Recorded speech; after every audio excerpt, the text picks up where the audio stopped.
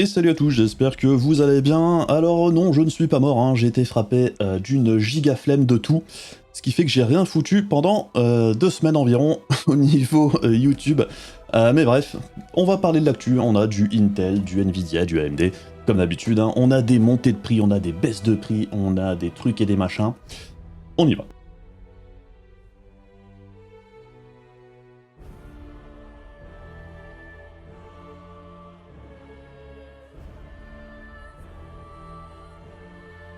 Et on entame avec les RTX 3000 Super et RTX 4000. Alors, incroyable, hein, ça semble se confirmer, les RTX 3000 Super devraient bien débarquer pour le début d'année 2022.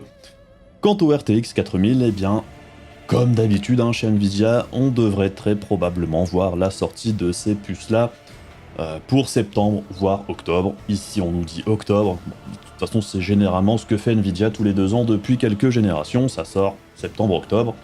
Ça fait quasiment un an hein, que les RTX 3000 sont sortis. Du coup, rien de vraiment surprenant à ce que ça débarque à peu près à ce moment-là. Sinon, niveau processeur chez Intel, hein, la sortie d'Alder Lake est apparemment prévue pour le 19 novembre. On entend aussi dire que ce serait un lancement en plusieurs étapes. On aurait les plus grosses puces en premier et les puces un petit peu plus petites par la suite.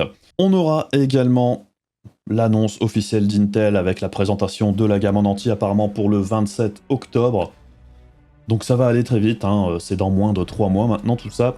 On aura donc le lancement de cette nouvelle architecture d'Intel, des nouvelles cartes mères et également la DDR5 qui va faire son entrée sur le marché pour la fin de l'année. Et on continue toujours chez Intel avec Arc, dont on entend de plus en plus parler et qui est probablement le lancement le plus intéressant niveau matériel PC dans les prochains mois, hein, on s'entend. Puisque, aux dernières rumeurs, on devrait effectivement bien viser les performances de la 3070 pour ce qui est de la plus grosse puce pour PC de bureau.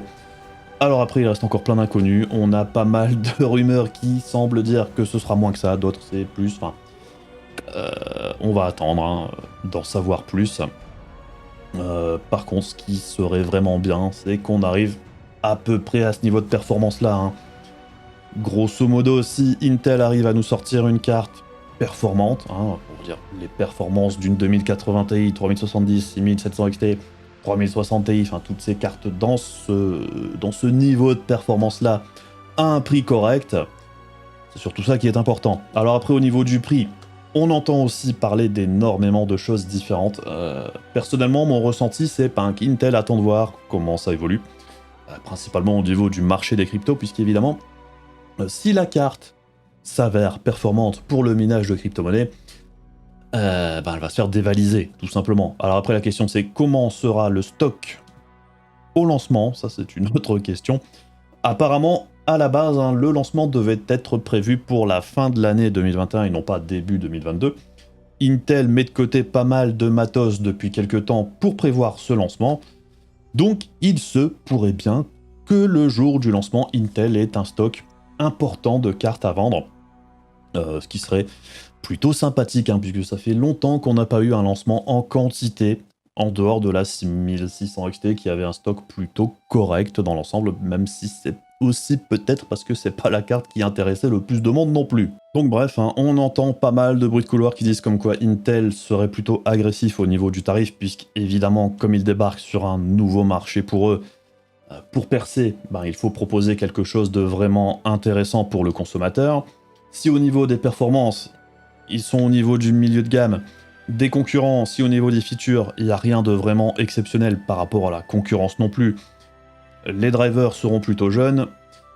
Pour percer, ils se doivent d'être agressifs, tout du moins dans un premier temps. C'est pas parce que sur les 2-3 premières générations, pour pénétrer le marché, Intel fait moins de marge que la concurrence, eux ils s'en foutent un petit peu. Ce qu'ils visent, c'est plutôt le long terme avec sa stratégie GPU. Donc pour eux, c'est plutôt bénéfique de gagner en part de marché dans un premier temps. Mais évidemment, hein, si les GPU sont toujours en très très grosse pénurie, ça leur permettra peut-être effectivement de les vendre un petit peu plus cher que ce qu'ils auraient prévu à la base. Donc bref, on verra bien, hein, ça va arriver très vite, hein, quoi qu'il arrive, hein, on est déjà bientôt au mois d'octobre, ça dans 3-4 mois à peine, hein, donc il n'y a plus longtemps à attendre. Et personnellement, je reste très très curieux de ces futurs GPU de la part d'Intel. Je suis impatient de tester ça.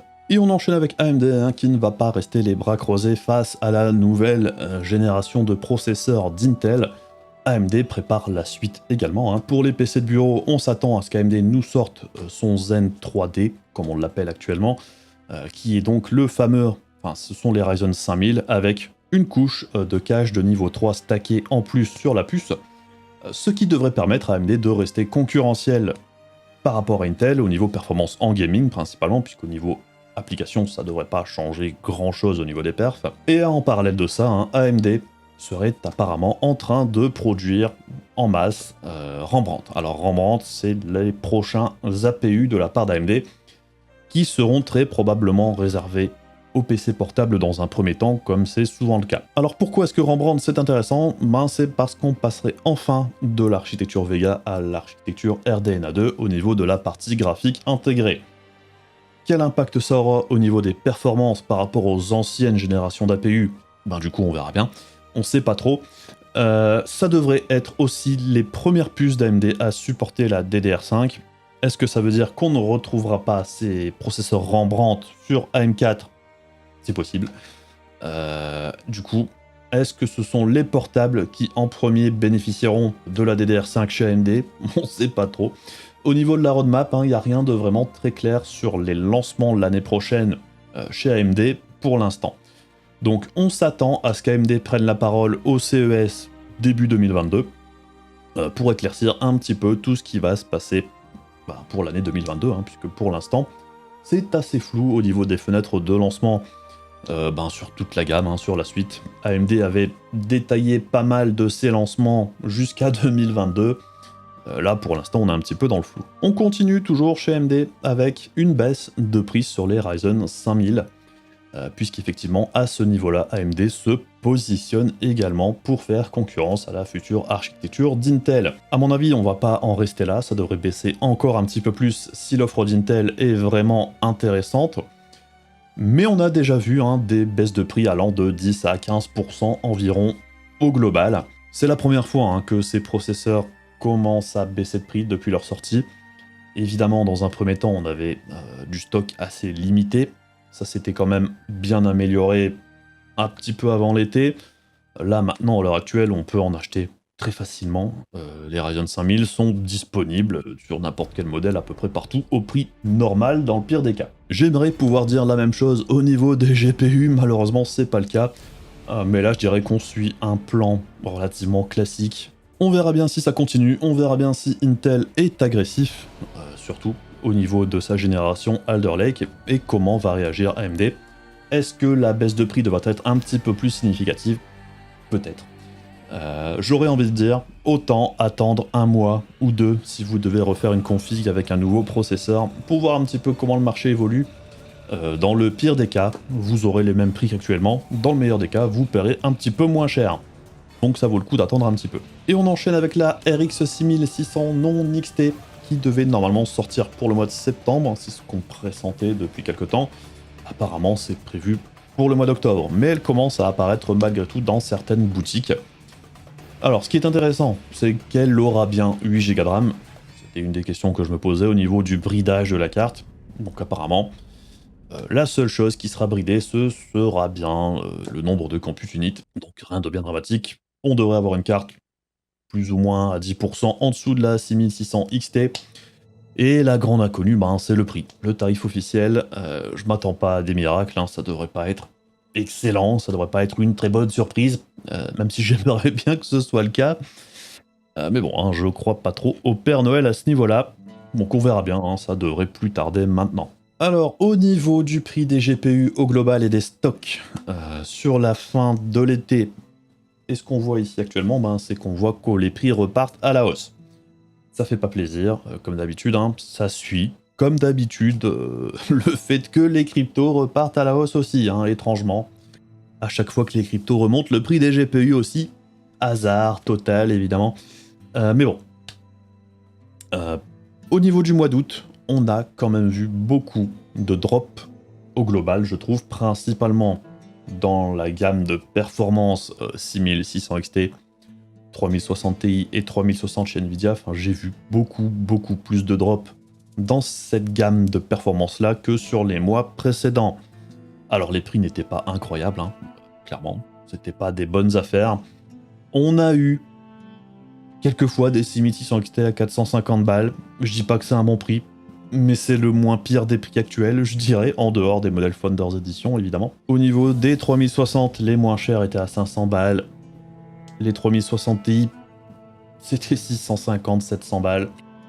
Ça reste de très mauvais prix. Par contre, au niveau de l'approvisionnement, il y en avait quand même beaucoup plus que sur les mois précédents, donc c'était relativement encourageant à ce niveau-là. Alors, on s'y attendait, hein, ça avait été annoncé entre guillemets, mais là, sur le début septembre, on s'aperçoit quand même que là, ça repart à la hausse au global sur quasiment toutes les gammes, sur toutes les cartes. Donc bref, hein, ça fait pas vraiment plaisir.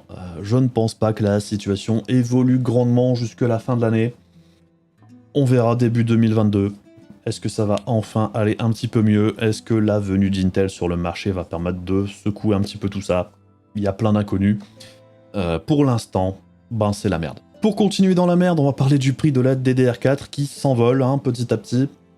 Évidemment, j'en avais déjà parlé aux environs du mois de janvier. J'avais dit hein, au fur et à mesure qu'on s'approche du lancement de la DDR5 et que les usines font la transition de la DDR4 vers la DDR5, la DDR5 va coûter très cher parce que c'est nouveau, parce que ça coûte cher, parce qu'il y a pas mal de nouveautés. Et la DDR4, ben, au fur et à mesure qu'on en produit moins pour faire la place à la DDR5, ben, les prix vont monter aussi. Plutôt logique. On trouve encore de la DDR4 à prix correct. Ça va peut-être pas durer. Donc si vous devez acheter quelque chose en avance, entre guillemets, qu'il y a de bonnes occasions au niveau de la RAM, n'hésitez pas trop. Et on termine avec l'histoire d'EVGA. Souvenez-vous, hein, les RTX 3090 qui explosaient en jouant au MMO New World d'Amazon. Alors, comme je l'ai dit à l'époque, hein, il y a énormément de monde qui ont blâmé le jeu et Amazon hein, sur le fait qu'il y avait un problème.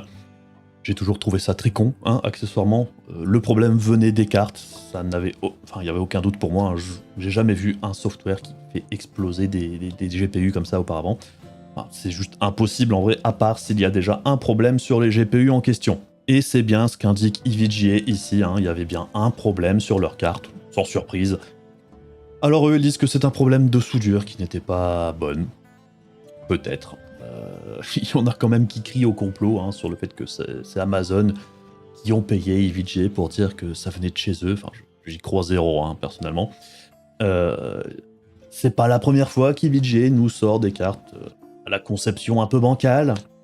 Donc j'aurais tendance à dire, bah ça vient de chez eux, hein, tout simplement. Hein. S'ils le disent, c'est que c'est vrai, peut-être. Et au vu du nombre de personnes qui ont testé le jeu au moment de la bêta, si ça créait vraiment beaucoup de problèmes sur ce jeu, on aurait eu beaucoup plus de GPU qui auraient rendu l'âme. Ça semblait quand même cibler principalement un certain modèle de RTX 3090 chez EVGA. Ben c'est bien ce qui ressort du communiqué d'EVGA, hein. C'était bien un certain lot de cartes qui avait apparemment un problème. Mais ça concerne apparemment pas énormément de cartes non plus, donc bon. Il y a certains gros youtubeurs américains qui en ont fait un flanc à partir de rien, hein, donc bon. Mais bon, encore une fois, hein, sur une carte qui coûte plus de 1500 balles, ça fait mal au cul d'avoir des soudures de mauvaise qualité. Je laisse ça à votre appréciation. Enfin bref, c'est tout pour moi pour aujourd'hui au niveau des news. J'espère qu'il y aura quelque chose d'intéressant pour vous dans le lot. Comme d'habitude, n'hésitez pas à faire les trucs casse-couilles de YouTube si vous voulez soutenir la chaîne. N'hésitez pas aussi à faire coucou sur Discord ou sur Twitch quand je restreamerai un jour. Ça va venir, je pense. En tout cas, je vous fais des gros bisous. Je vous dis à la prochaine. Salut!